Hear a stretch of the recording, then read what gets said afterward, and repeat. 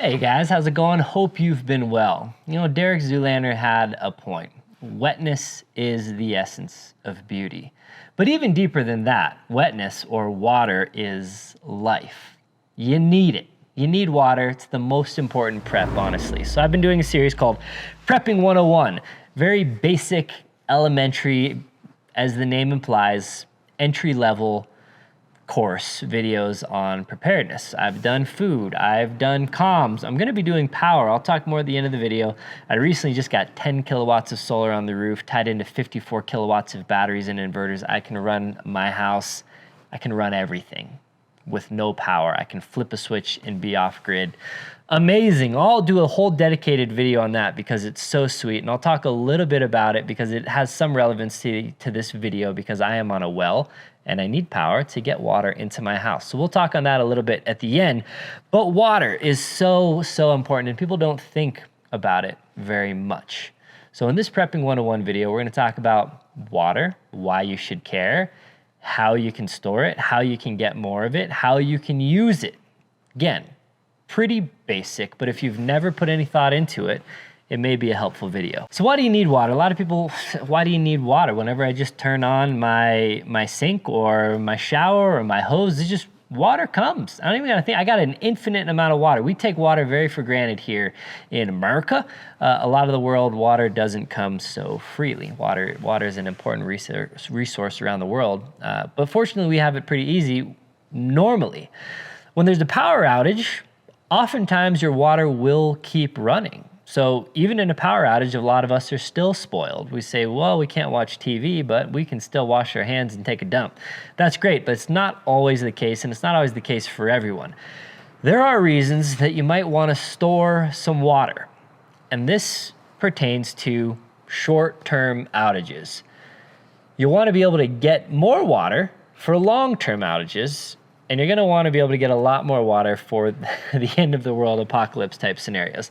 Now, our infrastructure, our grid infrastructure is very fragile. What a lot of people don't know is that actually our water infrastructure is very fragile as well. There's little known, it's not widely talked about, but there are hackers at play. Chinese hackers, are the main concern. Russian hackers and several other countries have the capabilities to essentially turn our water supply off, to turn our power off, to disrupt water getting from the water treatment plants, water supply companies to our house. Whether they're contaminating the water or shutting it off entirely, you may not always have water to your house. So in those circumstances, in circumstances where if you just lose power for a random natural disaster, a blizzard, a hard frost that freezes a bunch of lines, maybe just a malfunction at whatever company supplies you water, short-term water supply is very practical. It's very realistic. There will probably be a time in the next year, couple of years, maybe you've already experienced it several times throughout your life where your water has not been running to your house. So short-term water supply is pretty easy. Water can be stored very easily. It's kind of heavy. It does take up space. You can't store an infinite supply of it, but you can store some. And even if you have a great way to get more water, even if you live on a lake, it's not a bad idea to store some water, whether that's in water bottles, like 500 milliliter water bottles, a gallon, 2.5 gallon, or maybe you have barrels, 50-gallon barrels, or maybe you have an IBC tote, it's 250 gallon, whatever you're gonna do. If you have water under your bed, if you have water in your garage, store a little bit extra water just in case you need it. Drinking water. Obviously, water is very important because you need to drink it. Some people survive on Coca-Cola alone. I drink a lot of water. Water is very important. You need water to drink. You also need water to clean yourself. Hygiene is a very important survival element. Now, again, if you live on a lake near a river or something like that, yeah, you could wash yourself off in there and it'd be nice, but not everyone has that luxury. So having water for sanitary hygiene needs to clean both yourself and other implements, utensils, things like that. You need it for cooking, especially if you're kind of a prepper and you're storing like freeze-dried food or rice or beans or whatever. All those things require water. So in order to make those food items, you actually do need water. those are the main reasons. You use water for all kinds of other things, but those are the main reasons. Oh, also growing food. So food as it pertains to the food that you already have prepared, but if you're gonna grow your own food, if you have a garden, if you have livestock, that all needs water as well. So water for yourself and water for your food and water for the things that will make you more food. So water, the most important resource in a preparedness, in a survival type of situation. Short term, though, we're talking you're out of power for a day, 2 days, a week maybe. Storing up some water allows you to do some things. Drink it.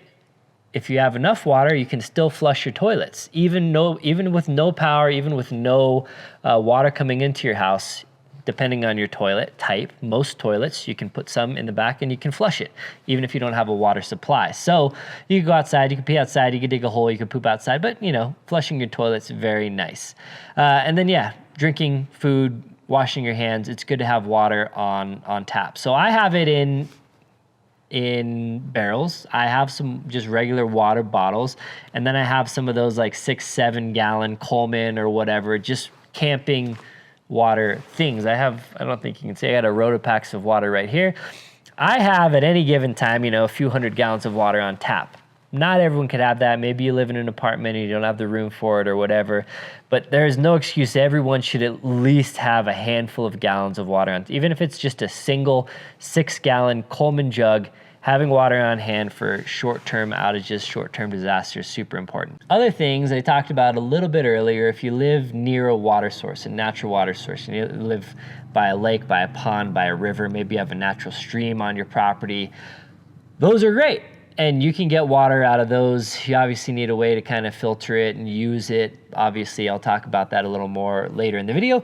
But if you're not near those things, but you might have a pool, you might have a hot tub, you might have, you get into the survival thing. If you have a 50-gallon hot water heater, you can get water out of the bottom of it for like real emergency use. You get water out of the back of your toilet if real emergency use if you haven't flushed it. There's other ways. We're not getting like too into the nitty-gritty survival, like nerd out.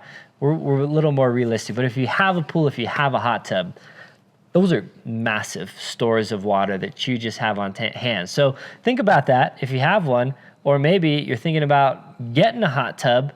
Now you have a reason, because it's a great survival item. It's also got some chlorine in it, so it's pretty sanitary already, whether you want to drink it or not. That's depending on how much chlorine in there. But it's probably going to be a little bit cleaner than your lake or your river water by default. So know your natural sources where it's very easy to get water. If you don't have any of those things, but you live on a house, or even if you're in an apartment complex, almost any structure has a roof. Most of those roof structures have a gutter with downspouts. So if you have access to gutters and downspouts, you have access to water, assuming it's going to rain. Again, depending on where you live, you may not have that rain luxury. If you're in Washington and you're not near you're usually near a water source in Washington or the Pacific Northwest, it rains enough that you can get water from your roof. So there are devices. You can just run your gutter right into a bucket, a 5-gallon bucket of water. Everyone should have buckets on hand too, because you need to be able to move water. If you're at a lake, and it's a 1/4-mile walk to the lake, how are you going to get that water back home? So think about that as well. But as it pertains to rain, gutters, and downspouts, you could run it straight into a rain barrel. There are rain barrels that are designed for that. There are also devices that connect to your gutter that kind of filter out and let debris and leaves and stuff down through the middle of the gutter, but the actual water kind of goes and then is siphoned out by a hose into a rain barrel.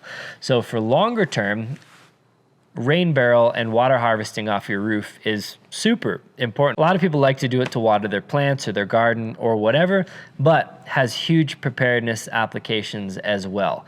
Now, you need to think about it. You have a lot of, probably the average home, I have no idea, I'm pulling this number out of my butt, has 5 or 6 like downspouts, right? I have probably 8 or 9. It really depends on your roof and the layout of the house and all that stuff. But you have a bunch of gutters. So you can kind of prioritize the main gutters. You have more surface area on the roof will collect more water. That's going into a single or two gutters. Those gutters are going to provide you the most water. So if you're really going to be strategic about it, then put a rain barrel somewhere where you're going to have maximum flow of the gutter. But if it's a very, very survival type situation, then you might want to throw a 5-gallon bucket under every gutter, even the other ones that you don't have, a good way to store water from. Now, there are other ways to get water, like more, again, nerdy survival thing, plastic tarp, dig a hole, put a little weight, and it like drips down through condensate. There's a lot of different ways. There's ways to desalinate water if you are near salt water, if you are near an ocean or something like that. But again, prepping 101, we're not going to get too into the nitty-gritty there. But lots of ways to get your own water. But if you've never thought about it, it's a good time to think about how you might do that. Now, how are you going to use your water? Again, it depends on what you're using your water for. If you're using it to wash your body or flush the toilet, then it doesn't really need to be that clean of water. I mean, if you're cleaning yourself, it should be kind of clean at least, but it doesn't need to be drinking safe always. If you are using it for cooking or if you are using it for drinking, it probably does need to be drinking safe. So do you have a big filter on hand? There's Berkey's, there's big Life Straw filter. There's a bunch of different kinds of filters these days that will filter water to be drinkable. Now, there's different levels of filtration, viruses versus bacteria versus sediment. So you got to think about all of those things, but have a way to filter your water. If you don't have a way to filter your water, if budget doesn't allow you to buy a water filter or whatever, have a way to purify it via chlorine or via boiling it. So if you boil water, you kill anything bad in it and then you can drink it. Same deal with chlorine. If you put a little bit, it's whatever, a couple drops per gallon, then you can purify it. It won't taste that good. If you let it sit for a while, eventually the chlorine will evaporate out of there and it'll taste better. But you might want to have like some Gatorade packets or something on hand. But there are several ways to make water drinkable. Now, if you have really, really dirty, murky water, then you will want to pre-filter it, whether that's through a sock or through a blanket or through some sand mechanism. Again, prepping 101, we're not getting too into it, but many ways to filter water. But if you've never thought about it, don't just assume you can go down to the lake and then just drink it, because you probably will get sick if you do that. But good idea, no matter what, to just keep an extra gallon of bleach on hand. A gallon of bleach will purify enough water for you for a long, long time. So, like I talked about in the Food Prepping 101 video, bleach, if it's something that you use normally as a household item and you normally just have 1 gallon of it, and then once you really get low, then you buy another gallon, just instead have 1 extra gallon or 1 extra half gallon. Now, you don't want the scented stuff, you just want regular bleach, not any of the fancy stuff, and I like just bleach. So if you normally just have 1 and you're getting low, and then you get the new one when that's low, might as well just have another one on hand. And when that one runs out, you start your new one, so you always at least have 1 full container of it unopened. Once you open bleach, it starts to lose its effectiveness pretty quick. There are water purification tablets and things like that as well that isn't a bad idea to have on hand, iodine as well. So might want to keep a few different ways to purify water on hand. So that's kind of water, pretty basic concept. But again, I've talked with friends that have no preparedness sense to them at all. And I always try to get everyone a little bit prepared, right? A little bit prepared for just like very rational, reasonable reasons. Not necessarily end of the world, just reasonable.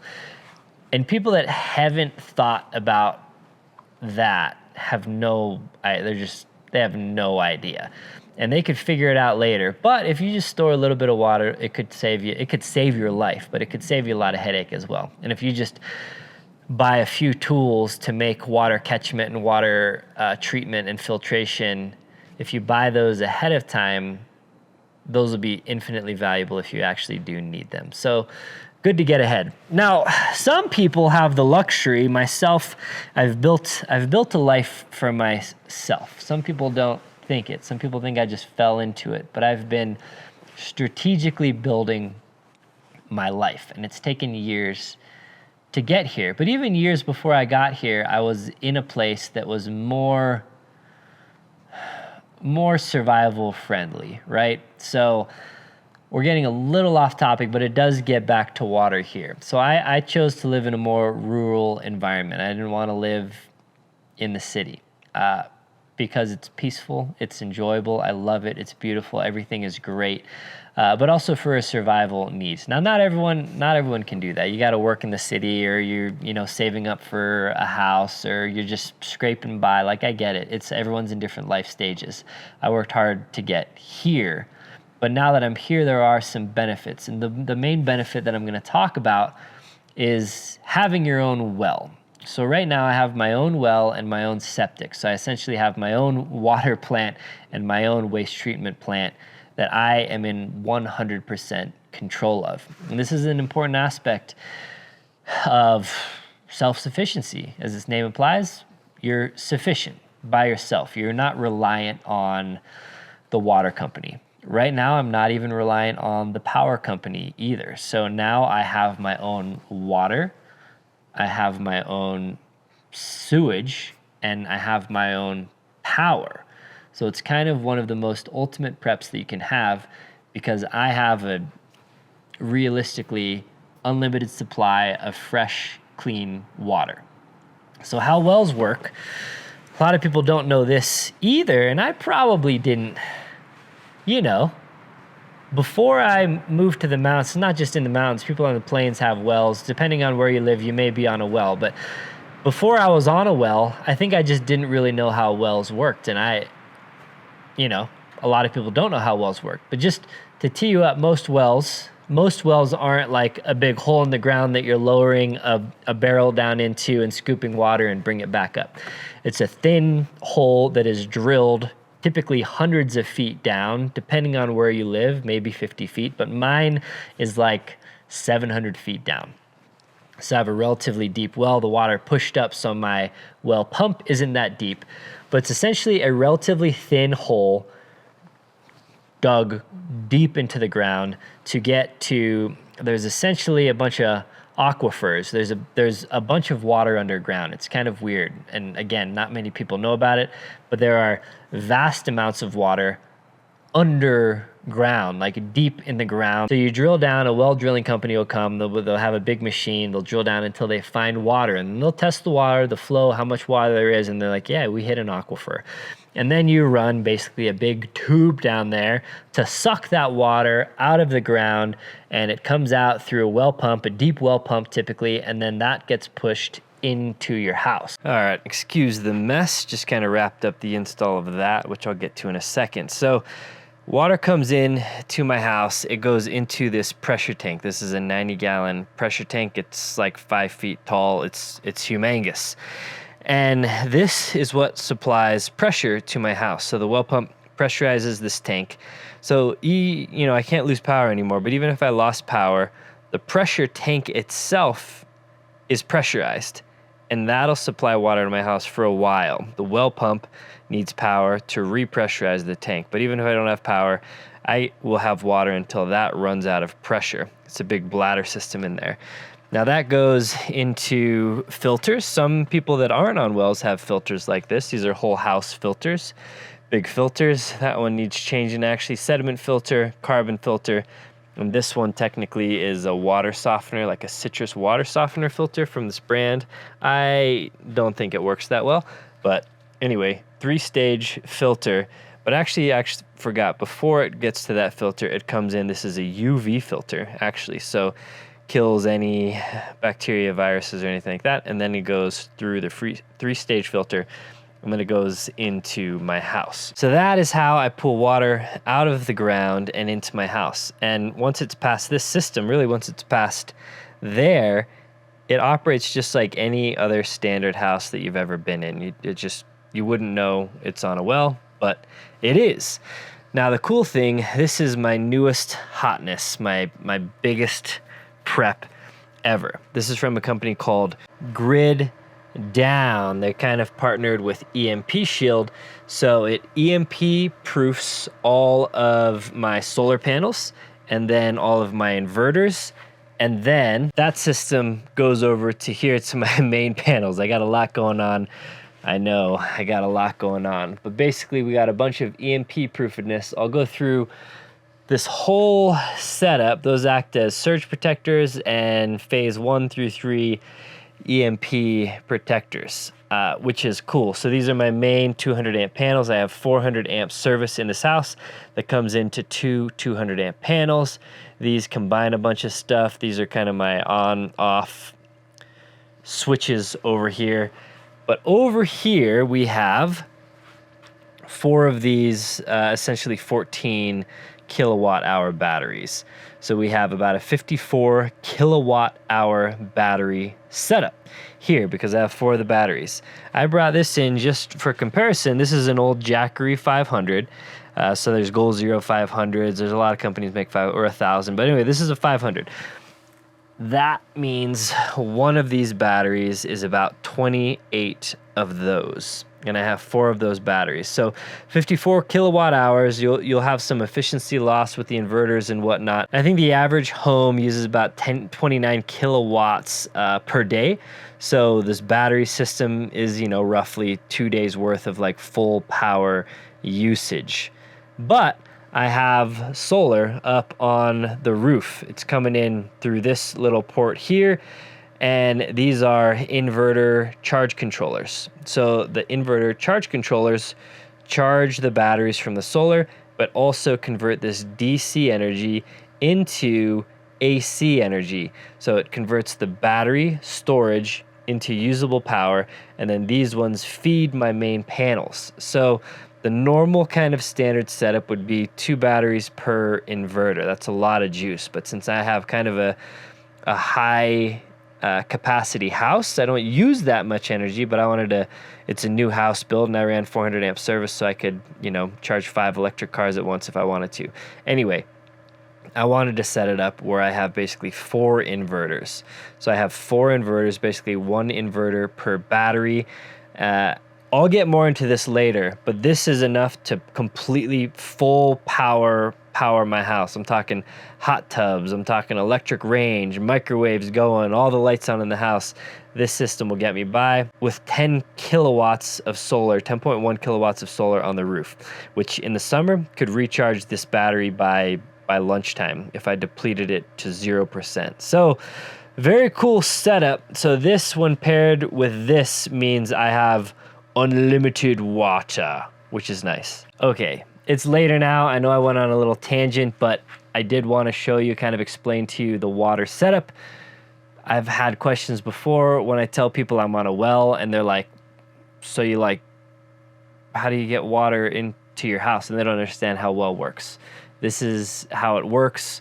Again, once it's past here, it's just normal water. Anyway, that's my setup. Feel free to ask me questions on the grid down. This is the grid down Redoubt 54, but I did add some inverters to it, and it's amazing. It's my wildest prep yet. But yeah, that's water. Important. Hopefully this gave you some ideas.